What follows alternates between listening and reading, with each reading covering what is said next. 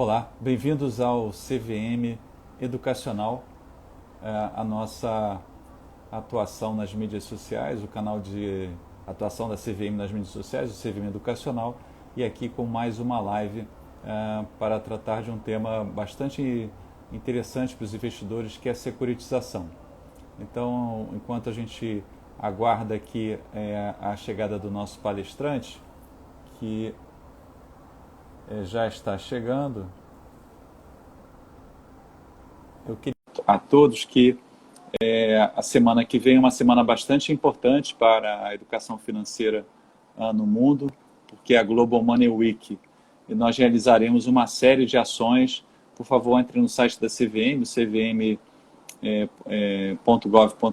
lá tem o nosso release, e teremos mais de 50 eventos e outras iniciativas que podem chegar com parceiros a 300 eventos na semana que vem de educação financeira e mais de 1.000 iniciativas educacionais em mídias sociais. Então vai ter muito conteúdo e eu falo um pouquinho depois, um pouco mais sobre isso depois para todos vocês. A gente já está aqui com o nosso ilustre palestrante. O tema de hoje é um tema, como eu falei, muito importante, de securitização. A gente queria tratar desse tema aqui, já tinha combinado com o Bruno, só que nesse planejamento aconteceu também de ser criada uma nova superintendência na CVM para tratar do tema de supervisão de securitização. E o Bruno Gomes foi, portanto, promovido. Ele era gerente e agora é superintendente dessa nova área, uma área que vai ter uma responsabilidade enorme em temas aí de produtos de investimento que estão chegando não só para os investidores mais qualificados, mas também para os investidores de varejo. Então, Bruno, muito bom ter você aqui de volta no nosso canal. Seja bem-vindo e parabéns aí pela nova superintendência. Legal, Vasco. Obrigado aí. Obrigado pela introdução. Você me escuta bem? Estou escutando bem. Tá bom, legal. Bom, bacana, né? Vai ser bom o bate-papo assim para familiarizar um pouquinho os investidores sobre securitização, né? Essa palavra meio esquisita. Muitas vezes, mas... E que está gerando muita demanda aí com novos produtos. E eu te agradeço, eu sei que você está agora num momento bastante intenso, porque a superintendência está sendo construída, né, com novos gerentes, enfim, e isso tudo no meio de uma pandemia. Mas você sempre deu bastante importância à atividade educacional, sempre esteve aqui conosco, então a gente está especialmente agradecido aí por você abrir um espaço na sua agenda. E eu acho que talvez a gente pudesse começar, já que eu falei da superintendência, é o tema do momento, então, né? O que ela fará, quais são... Se você puder falar um pouquinho, porque ao falar sobre isso, eu acho que a gente também consegue entrar nos temas educacionais e depois a gente partir para as perguntas. Para quem não nos acompanha normalmente, já sabe que pode, aqui pelo direct, mandar as suas questões e a gente vai procurar também responder as questões que vierem aí ao longo da nossa live. Então, Bruno, por favor, fala um pouquinho desse novo desafio. Tá bom, vamos lá, né? Enfim, eu estou sempre à disposição aí da área educacional, acho que é super importante, né? A iniciativa da CVM é uma das mais importantes de todas. E, bom, e falando um pouquinho da área, como você comentou, realmente, falando da área, a gente consegue colocar aí o nome, né, de alguns investimentos estruturados, alguns investimentos em securitização aí que já tem chamado a atenção do investidor. E a área, na verdade, ela foi criada agora, recentemente, em fevereiro, ela é um pleito até antigo da CVM, essa nova superintendência, para reunir alguns assuntos que estavam espalhados em outras superintendências, né? E que guardam relação com o tema de investimento estruturado, de securitização. Então, assim, primeiro, né, o que é securitização propriamente dita? É você tornar um valor mobiliário, né, um título, levar o título para o valor mobiliário, para o mercado de capitais. É uma terminologia em inglês, né, que é o security, e onde você pega aí uma cesta de ativos e transforma essa cesta de ativos num valor mobiliário negociável, né? os investidores, para tornar isso acessível para os investidores. E a superintendência, ela não cuida só do tema específico securitização, apesar de ser o principal, ela cuida também do tema dos temas relacionados à inovação no mercado de valores imobiliários. Então, a gente tem aqui, e isso por quê também? Porque a securitização está muito envolvida nas questões relativas à inovação. A gente pega hoje as fintechs de crédito, muitas se utilizam de veículos de securitização para se financiar e levam essas oportunidades, né, para os investidores. Então, quais são os assuntos hoje da área, né? A gente tem os FDICs, que são os fundos de investimento em direitos creditórios, os certificados de recebíveis imobiliários e do agronegócio, que são propriamente, né, os ativos de securitização que a gente tem hoje no mercado de valores imobiliários no Brasil, as debêntures de securitização também, que ainda não chegaram, né, no público de varejo. A gente tem aqui algo também que estava um pouco espalhado em outras áreas da CVM, os ativos imobiliários. Então, o fundo imobiliário, que já é um investimento popular para o investidor de varejo, também fica na nossa superintendência, e junto com outros ativos imobiliários, como que é o CEPAC, emitido geralmente por prefeituras, o SIC hoteleiro, que é o famoso Fundo Hotel, né, que ficou popular aí em algum momento, ele também vem para o guarda-chuva da superintendência, e os investimentos outros investimentos que tratam de inovação, por exemplo, o crowdfunding, que também é um investimento popular entre os investidores, pessoas físicas, né? Um outro tipo de investimento, com outros riscos, outras características, mas que também não deixa de estar nesse guarda-chuva de inovação e de investimento estruturado. E isso também aqui está passando, né, de outras áreas. Isso hoje está dividido entre duas superintendências, mas a gente está numa fase de transição, de estruturação da superintendência nova. E aí esses temas estão passando e migrando para a gente aqui. Tá? Então, esse assim, são os grandes temas, né? Alguns prestadores de serviço ligados a esses ativos, como, por exemplo, as agências classificadoras de risco, né? As famosas agências de rating, também estão aqui com a gente, nesse guarda-chuva da nova superintendência. O agente fiduciário, que é o participante aí desses investimentos estruturados, que está próximo do investidor. Que tem esse papel de zelar pelo pagamento do valor mobiliário para o investidor, pagamento de juros, amortização, por acompanhar toda a vida daquele investimento. Então, ele também aqui, a gente tem aqui um olhar, né, único agora da CVM numa área só para esse participante. Então, acho que são assim, várias iniciativas, né? E aí, como eu comentei, quer dizer, você comentou também, esses investimentos têm atraído a atenção do investidor, seja o FDIC, o CRI, o CRA, o crowdfunding e o fundo imobiliário também, que explodiu, né, o número de investidores de varejo no passado em fundo imobiliário, em bolsa de forma geral. E esses fundos têm o benefício tributário, têm a negociação em bolsa. E mesmo com toda a crise do mercado imobiliário, eu acho que muitos investidores enxergam o mercado imobiliário como uma alternativa interessante. E aí eu acho que a gente vai comentar um pouquinho mais para frente. O FDIC, ele hoje é um produto, né, um investimento que não é acessado pelo investidor de varejo, é um investimento acessado pelo qualificado, mas a gente tem aí, tá aí em audiência pública uma alteração das normas do FDIC para que o varejo possa acessar esse fundo também, dado que é uma alternativa, né, de investimento, e tende a propiciar uma relação risco-retorno diferente para o varejo, né, do que ele está acostumado, dos investimentos tradicionais. E o próprio CRA, que é um veículo de securitização, foi o primeiro teste aí que a CVM fez para o varejo. O CRI também é possível para o varejo, mas a gente acaba que não vê emissões de CRI para o varejo. Mas o CRA aí já foi feito esse primeiro teste, né, do que seria um CRA pulverizado para varejo. A gente pode comentar um pouquinho mais na sequência aí da conversa. Acho que da apresentação da área, eu acho que eles têm bastante assunto. você mencionou até com um pouco de detalhe, é a questão da inovação, né?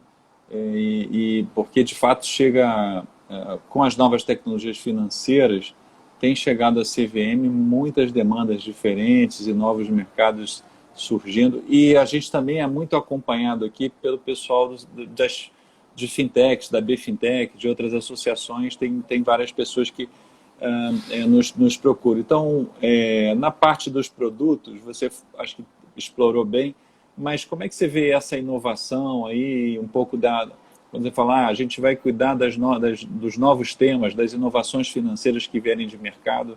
Você podia falar um pouquinho mais sobre isso? Claro, claro.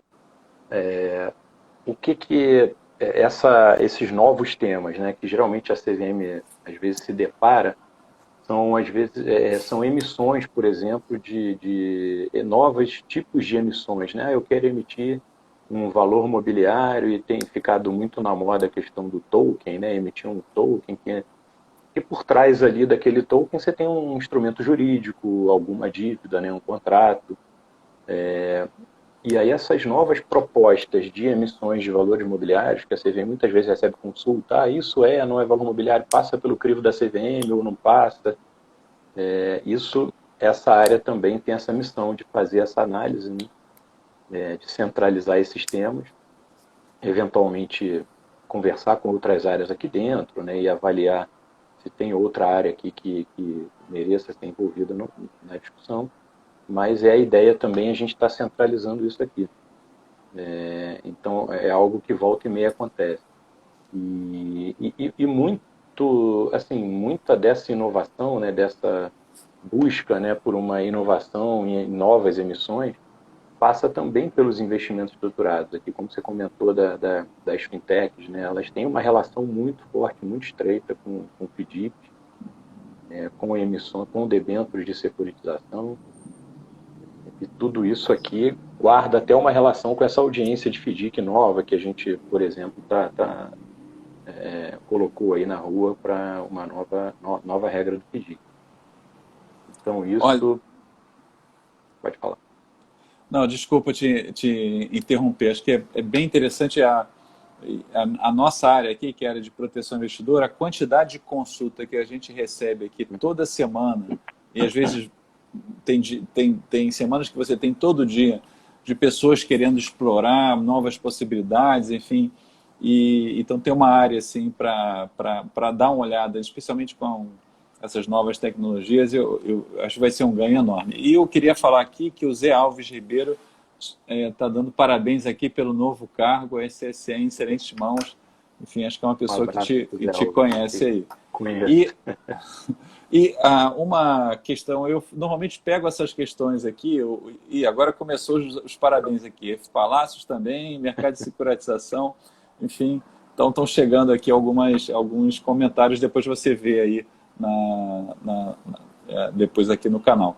Agora, tem uma pergunta, eu normalmente faço essas perguntas depois, mas tem aqui, eu acho que tem a ver com o que você falou, então já vou colocar sobre os títulos, a emissão de títulos de crowdfunding, se ficaria na sua alçada. Date Amorim perguntou. Sim. A gente vai cuidar de toda a vida do crowdfunding, seja do registro da plataforma, quanto da supervisão da plataforma, da estrutura, né, da plataforma e das emissões das plataformas também. A CVM já faz isso hoje, né? A gente tem o registro da plataforma numa superintendência, na SMI, e o acompanhamento das emissões das ofertas da plataforma pela SRE. Isso a gente vai sair dessas duas áreas e migrar aqui para a SSE. Vai ficar uma área única aqui, olhando a plataforma do início até o final. Acho até que facilita a vida da plataforma também, né? Porque fica um interlocutor também só, né? Muito bom. Exatamente. A vida do regulado aí, ela reduz aí o custo de observância para o regulado. Bom, tem aqui das perguntas que chegaram, teve uma pergunta aqui antes da live que é o seguinte, a Maria do Carmo Gomes Rodrigues também está mandando aqui um abraço, tá? Está te assistindo. Pergunta o seguinte, na sua percepção, como tem sido a relação dos investidores com os investimentos alternativos? Você poderia dar alguns exemplos? Eu sei que você mencionou um pouquinho, mas qual é a sua opinião aí desses investimentos alternativos para o investidor, especialmente de varejo? O que ele tem que prestar atenção? O que ele olha, né? A gente não dá dica de investimento aqui, né? E deveria ter falado no início, as opiniões aqui são minhas, do Vasco, também a do Bruno, não representam necessariamente do colegiado da CVM, mas com a sua experiência aí, o que você acha? O que você pode falar para o investidor que está assistindo a gente, está pensando em testar um produto desse? Tá certo. Vasco, realmente assim, é um produto que vem chamando a atenção do investidor desde que os juros começou a cair, né? A gente teve um aumento ontem, mas ainda tem um patamar baixo de juros, e eu acho que qualquer patamar de juros, esse olhar que o investidor já deu para esse mercado de investimento alternativo agora, ele veio para ficar. Porque qualquer patamar de juros você vai ter ali.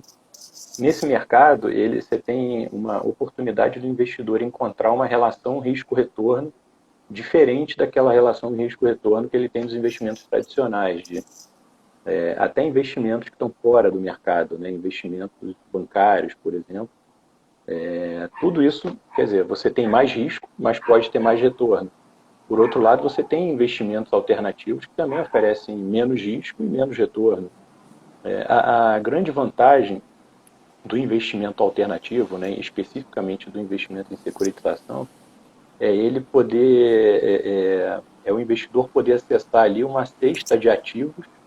Por exemplo, né, o FDIC. O FDIC é um fundo, então ele tem um administrador, ele tem um gestor, é um fundo que na estrutura do fundo é um fundo como qualquer outro, só que ele investe em direitos creditórios. O que é isso? Ele compra créditos.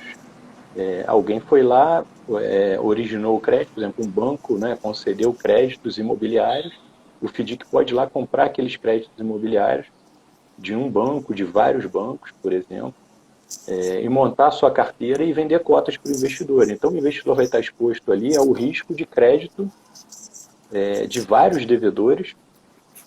O ideal é que não é quanto mais pulverizado ali você dilui o risco de crédito para o investidor e de alguns cedentes ou de um cedente único. Então, nesse mundo do investimento estruturado, o investidor precisa conhecer, primeiro, qual é o veículo, quer dizer, o FDIC é um fundo, né? O CRI é um outro veículo que serve também para comprar créditos imobiliários.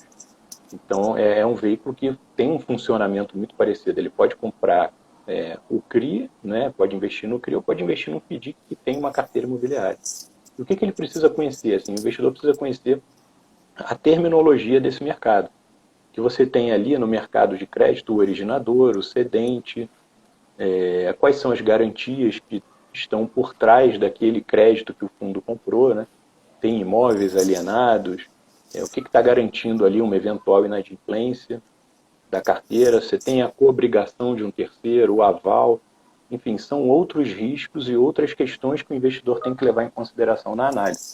E isso é divulgado no regulamento, no prospecto do fundo, né, ou do CRI, ou do CRA, se for um crédito para o agronegócio. São questões que o investidor vai ter que se familiarizar, assim como o investidor também veio se familiarizando com o mercado imobiliário, né, o investimento em imóveis direto, via fundo imobiliário, que você tem ali riscos, né, e questões que você tem que entender de distribuição de rendimentos, de reforma, né, do prédio que o fundo imobiliário comprou. Enfim, acho que é um mundo novo, tá? É um mundo de crédito que se abre para o investidor aí. E até a nossa proposta aí que está em audiência para pedir vai nesse caminho. E quando o investidor ele olha para o investimento estruturado, uma outra coisa que ele tem que avaliar também é qual classe de cota que ele vai entrar. Né? Geralmente o investimento estruturado, ele geralmente conta com os investimentos ofertados, né, publicamente, geralmente contam com duas classes de investimentos, tá? Uma classe sênior e uma classe subordinada. É uma outra nomenclatura também, que é diferente aí da nomenclatura dos investimentos tradicionais. O que é o subordinado? O subordinado são aquelas cotas ou aqueles certificados que sofrem as primeiras perdas. Então, se houver um evento de crédito na carteira, quer dizer, parte dos devedores aqui, né, não pagou, o subordinado é aquele que vai garantir que ele vai absorver essas perdas e isso não vai chegar no investidor sênior. E aí, usualmente, A gente tem aqui na CVM, né, o CRA a gente já veio com essa regra, e o FDIC também deve vir nessa direção, é que o investidor, a classe sênior, o investidor de varejo, ele só possa entrar na classe sênior, que é aquela classe que tem um colchão de proteção maior, mas por outro lado tem um retorno menor, claro, né? Menos risco, menos retorno, mas ainda assim você tem uma diversificação maior. A gente acha que não avaliando, tá, se é um investimento bom ou ruim, mas assim é mais fácil de o administrador do fundo, do distribuidor explicar para o investidor a cota sênior, né? Do que explicar o risco de uma subordinada, por exemplo, que envolvem outras questões ali.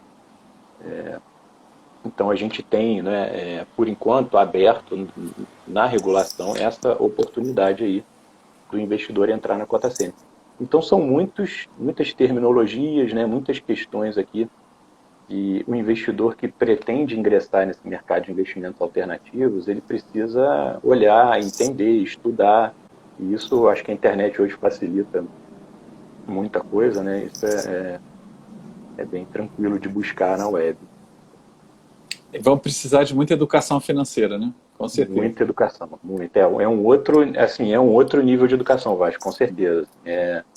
Sair da poupança, CDB, até. Só que engraçado, assim, quando a gente pega, né, naquele gráfico de classificação de risco, a gente tem ali um grupo de investidores muito grande em poupança, CDB, nos fundos de renda fixa, um outro grupo muito grande em ações aqui, né, ou nos fundos imobiliários, com cotas negociadas em bolsa. O investimento estruturado está no meio do caminho. Então, tem espaço para o investidor migrar de um lado e do outro para o investimento estruturado, que oferece uma relação risco-retorno diferente do mercado acionário, né, diferente de uma cota de fundo imobiliário negociado em bolsa e também diferente aqui daquele investimento mais tradicional. Você tem ele no meio do caminho e eu acho que é uma questão de educação financeira mesmo, tá?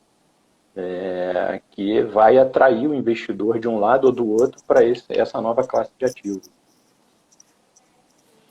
Você acabou também tratando de algumas questões que estão em outras perguntas aqui que chegaram antes. Então eu também vou pegar, como você falou dos fundos estruturados, tem duas perguntas aqui da Lu Forte Dias que tem alguma relação. Ela pergunta aqui se, tendo a ver ainda com a questão da competência, se vocês vão tratar dos FIPs, e aí ela está falando aqui do FIAGRO, que quando for sancionado, né, ainda não é um produto, enfim, plenamente aprovado, né? Você podia falar um pouquinho? Tá. Bom, os FIPs não ficam com SSE, tá? Os FIPs, que são os fundos de investimento em participações, são fundos, né, comumente chamados de private equity, para investimento em sociedade de capital fechada, usualmente, e esses FIPs estão na área de fundos mesmo, na SIM, que é da onde vem boa parte, né, do que a gente tem aqui na SSE hoje veio da SIM, toda a parte de securitização, né, estavam na SIM, mas os FIPs e os ETFs continuam na SIM, tá, que são os fundos listados, né, os fundos de índice. Já o FIAGRO é um fundo que ainda está em projeto de lei, não houve a sanção presidencial ainda. A gente aqui vem acompanhando esse projeto desde o início, quando ele nasceu na Câmara, aprovado pelo Senado, e ele tem uma característica muito forte assim de uma mistura de fundo imobiliário com FDIC, podendo atuar um pouquinho também como FIP. Eu acho que o apelo maior ali vai ser para atuar como um fundo imobiliário. O fundo imobiliário compra CRI, né, e repassa a isenção tributária para o investidor do CRI. E aí tem muito fundo imobiliário em bolsa que se dedica única e exclusivamente a comprar CRI, né, que são os fundos de renda. E eu acho que o FIAGRO vai começar também fazendo muito isso com o CRA, né, comprando o CRA e repassando, montando uma cesta de CRAs ali dentro e repassando isso para o investidor, também com o mesmo benefício tributário para o FIAGRO listado em bolsa. Se o projeto for sancionado, né, obviamente da forma como ele está lá para a sanção. Então, a gente ainda não fechou a questão da superintendência, mas, assim, imagino que tendo essa relação muito forte com o fundo imobiliário, com o FDIC, a tendência é que fique na STCE também, mas isso ainda não foi fechado, é o colegiado que vai decidir mais à frente. Bom, uma pergunta aqui, também de um usuário, é que a CVM permitiu a liberação do CRA para investidores de varejo, e a pessoa perguntou, mas o que a CVM estava querendo com isso, né? Quais são os objetivos e qual seria o efeito dessa decisão para o mercado?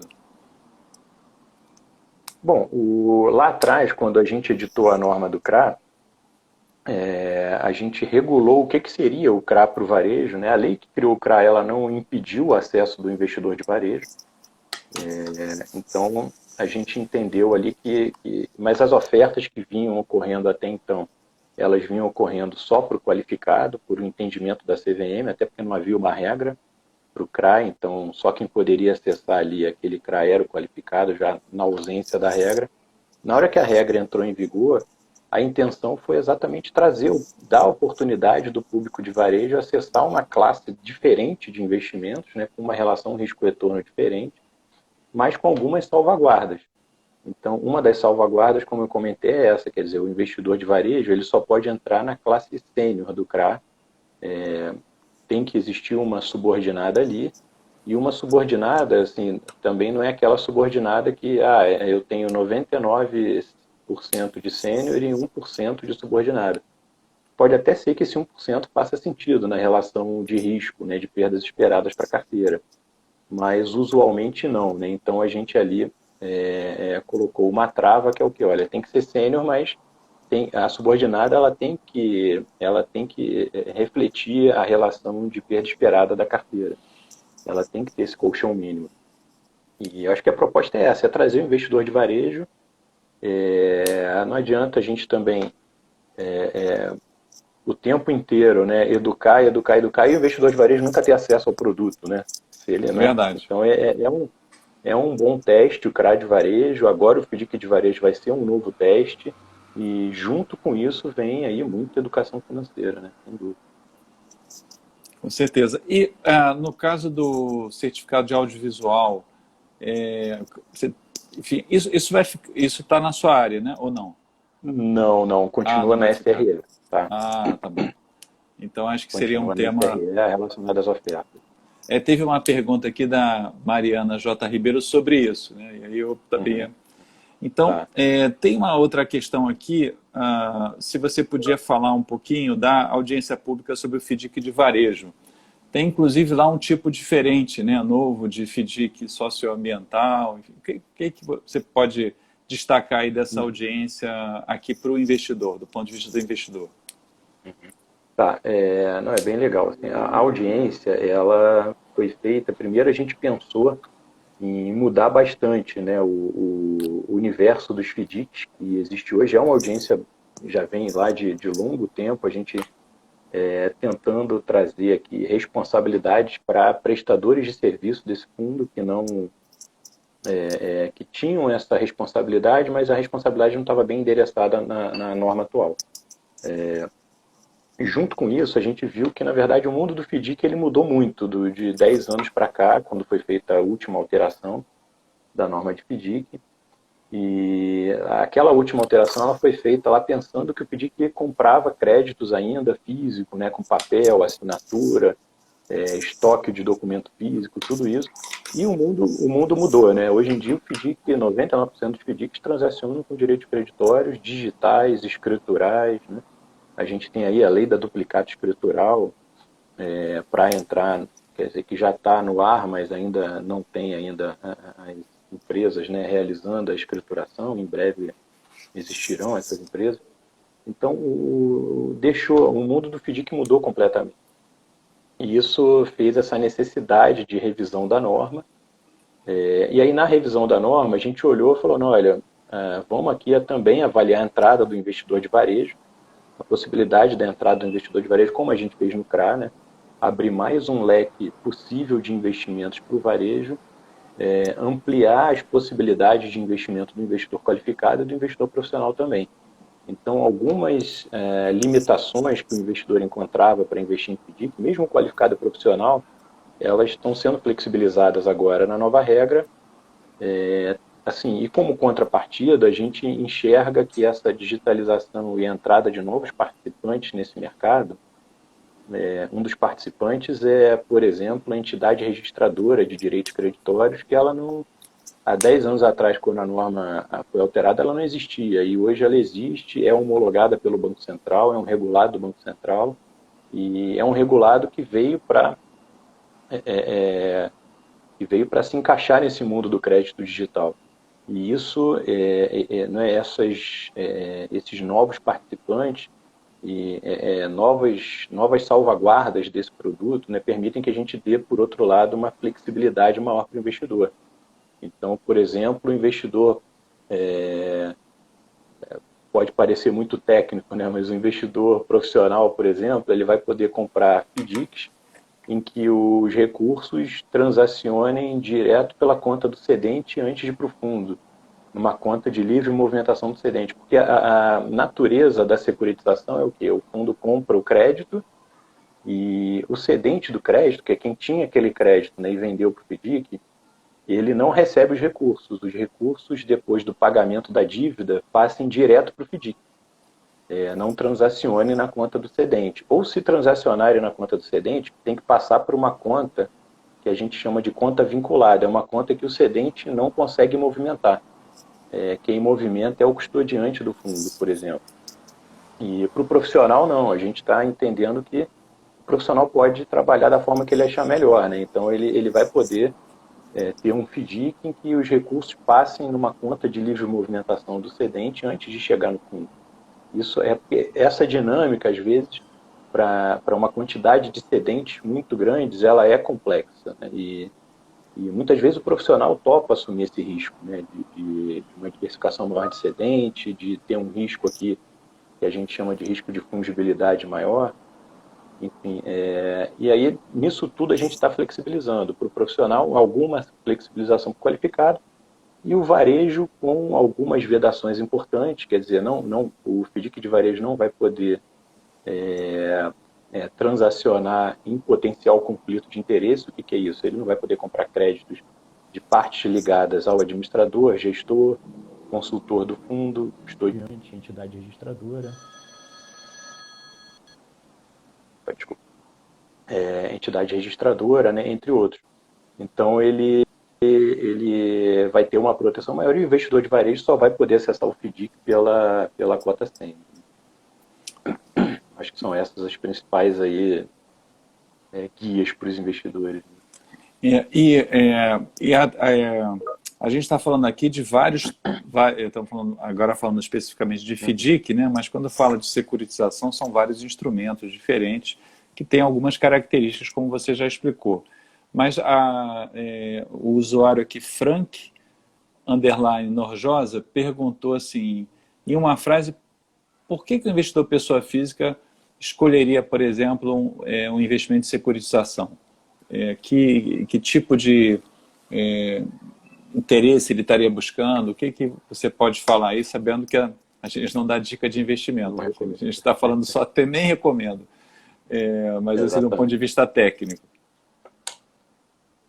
Então, eu acho que vai ali na busca daquela relação risco-retorno, né? Quando ele olha um investimento tradicional lá, num título público, né, um investimento líquido, ou num fundo de renda fixa, onde ele tem ali uma certa segurança, né, de quem é o emissor daquele título, ou num fundo de renda fixa que compre títulos públicos, por exemplo, ele tem uma segurança maior, né, do risco de crédito, porque o risco de crédito ali é a União, é o governo federal, um exemplo, né? E aí, partindo para um olhar diferente, aí o investidor pode avaliar, falar, olha, eu estou ganhando muito pouco aqui, né? Eu quero olhar outras alternativas de investimento para ver se tem algo que eu consiga diversificar, conseguir um retorno melhor, né? Mas também correndo um pouco de risco, né? Um pouco mais de risco. De repente, o investidor topa correr um pouco mais de risco para ter um retorno melhor. E aí ele pode olhar para o investimento estruturado, né? Para o investimento em securitização, e encontrar essa relação risco-retorno que para ele é mais adequada. Para aquele investidor que não está satisfeito com aquela relação risco-retorno dos investimentos tradicionais. Ele não precisa, como eu comentei naquele gráfico, né, ele não precisa ir direto no mercado acionário, né, para achar isso. Ele tem alternativas no meio do caminho.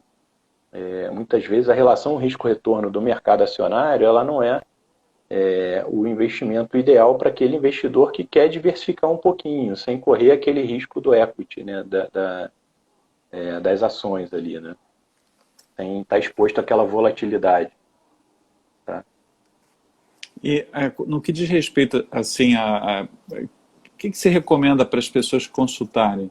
Por isso que eu ia estava falando de você ter vários instrumentos, então a gente precisaria talvez de uma live de 4 horas para falar de todos eles detalhadamente.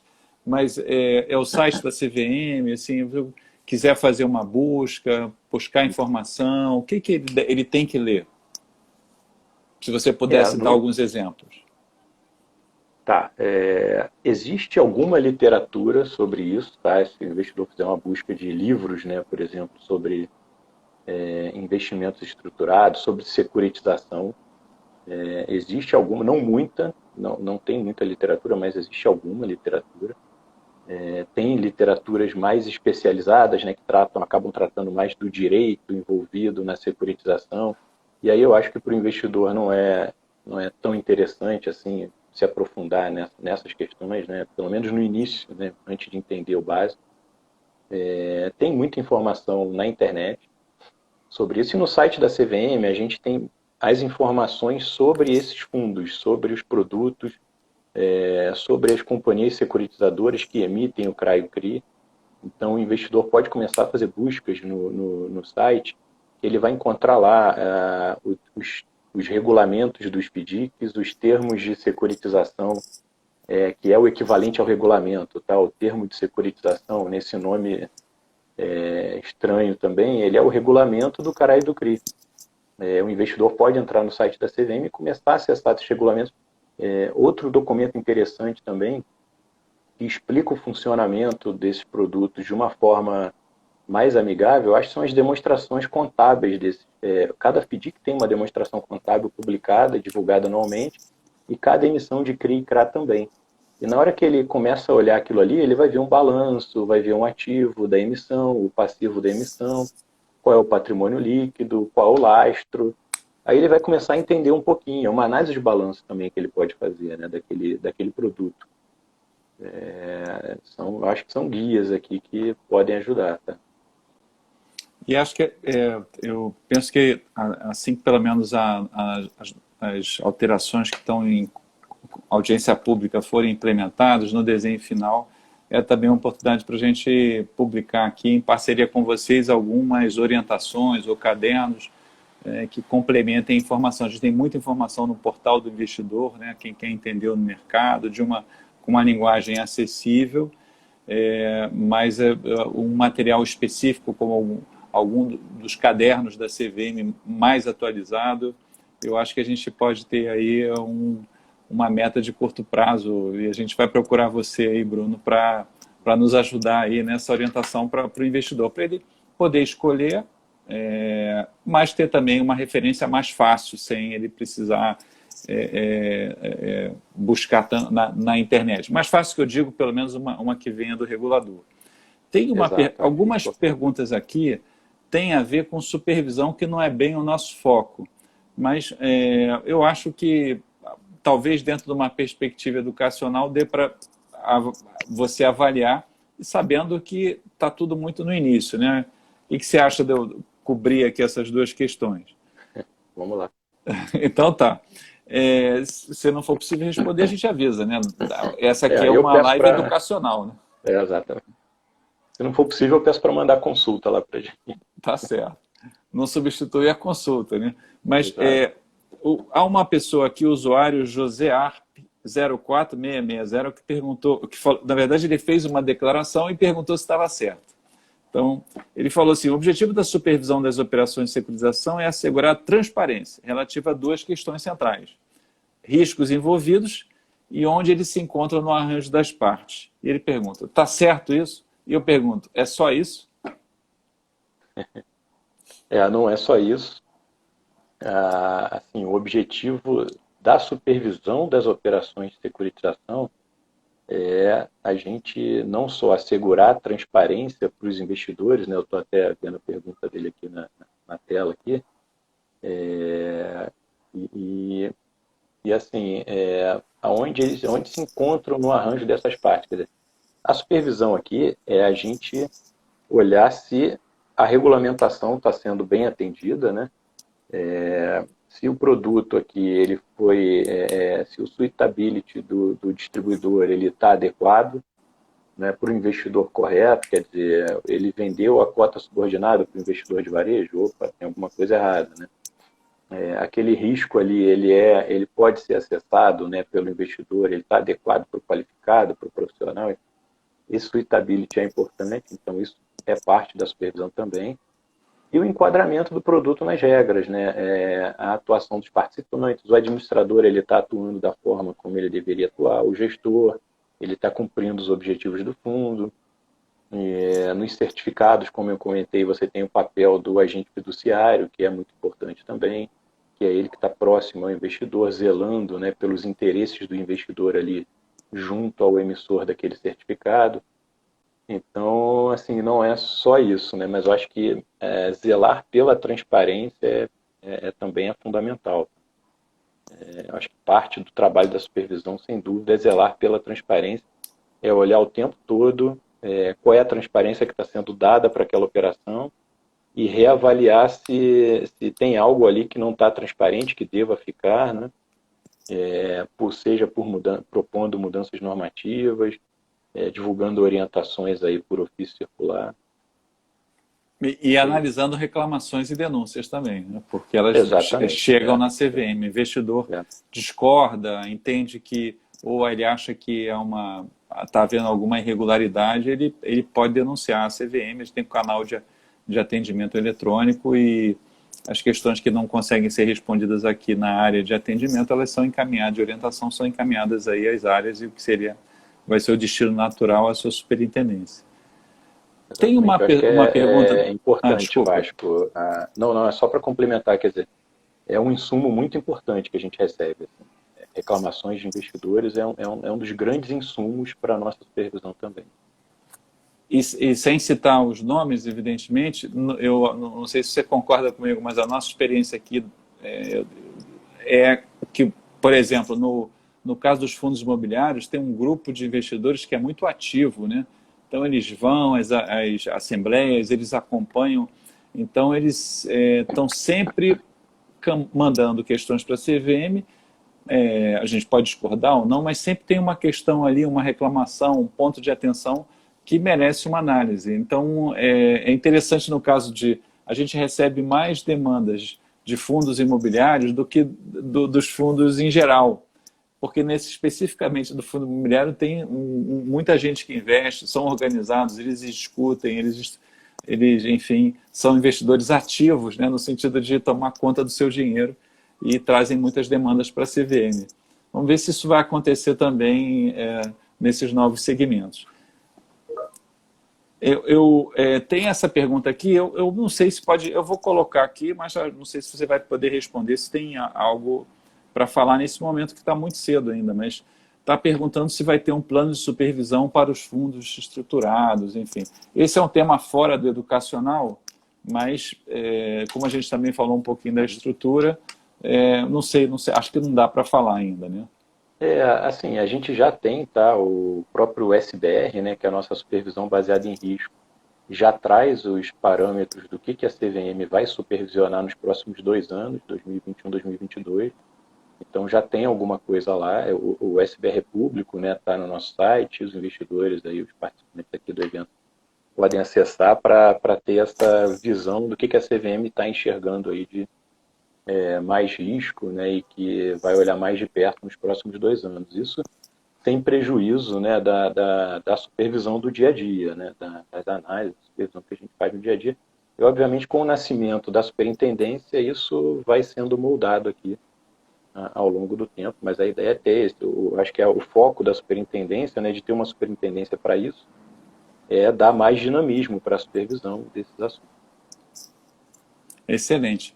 Tem uma outra pergunta aqui que eu acho que tem mais a ver com a questão normativa, lá da área da STM, que o usuário, o Maeda 4154, O perguntou Daniel se, Maia, tá vendo? não sei, mas enfim, ou um parente dele, se há previsão para a conclusão dos trabalhos da audiência pública e edição da regulamentação das companhias securitizadoras. Acho que isso não sei se a gente pode falar nada aqui, né? Assim, o que é público mesmo com relação a isso é a agenda da SDM lá de regulação. E aí, como área de supervisão, a gente tem uma interação muito forte com a área de normas, né? O tempo todo. Então, assim, a previsão lá da área de normas é que sai esse ano a regulamentação para as companhias securitizadoras, de acordo com a agenda pública lá, né? A ideia é essa. Muito trabalho aí pela frente, né? Depois Ah, de colocar isso tudo em prática e com também a tarefa aí de, ao mesmo tempo, estruturar uma área aí na CVM.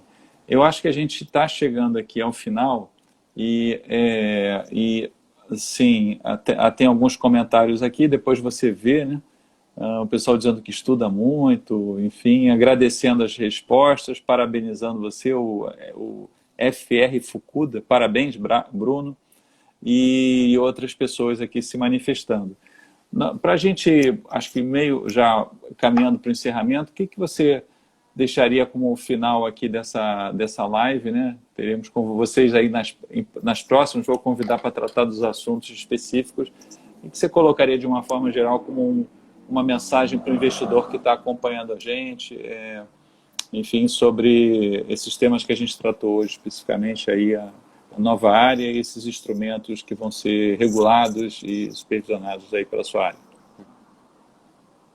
assim, eu acho que o principal recado, né, pensando para o investidor, é a educação mesmo financeira, é o investidor não entrar no investimento se ele não conhecer, né, o que é aquele investimento, o que está por trás. Quando a gente fala de investimento estruturado, que oferece essa relação risco-retorno diferente, você tem ali um nível de conhecimento que o investidor tem que ter diferente de outros. Assim como o investidor, às vezes, se aventura no mercado de ações lá sem entender o que ele está fazendo, né? Sem entender que ele está comprando uma participação acionária numa empresa e, eventualmente, ele tem até direito de voto em assembleia. Isso traz uma responsabilidade grande também para o investidor. E ele tem que entender o que ele está comprando, fazer a análise do balanço, seja da ação, seja do produto estruturado que ele está comprando, do título de securitização, entender o lastro, né? O que está por trás daquilo, né? Não é só olhar aquela carinha bonitinha, né? Olhar aquele CRA lá com o nome bonito e a rentabilidade e comprar, né? Sem entender o que está por trás daquele CRA, como que ele vai ser pago, né? Quem que vai pagar aquela dívida para ele? Não é a companhia securitizadora, é o lastro, né? É o que está por trás. E aí exige um nível de educação financeira maior do investidor, sem dúvida. Então, é estudar antes de se aventurar, né? Muito bom. Sábias palavras. Acho que uma boa orientação aí para quem está nos assistindo. E eu tinha falado lá no início, antes de encerrar, que a gente tem uma semana global de educação financeira. Na semana que vem tem muitas ações de educação. Chequem o nosso site. E também um podcast, né? A CVM tem um podcast CVM Educacional. E vamos lançar um novo caderno CVM Sustentável. A gente lançou em dezembro. Essa linha vai falar agora especificamente como o investidor pode olhar as informações das companhias para ter, enfim, elementos para decidir se ele quiser, na sua tomada de decisão, ter considerações também sobre fatores ambientais, sociais, o impacto dos seus investimentos. Então a gente fala um pouco desse tema aí para aproximar o investidor da sustentabilidade, o que é um caminho inexorável. E com isso eu agradeço a todos e especialmente ao nosso palestrante aqui por mais uma vez essa brilhante apresentação. Uma boa noite a todos. Tchau, tchau. Obrigado, pessoal. Obrigado. Um abraço.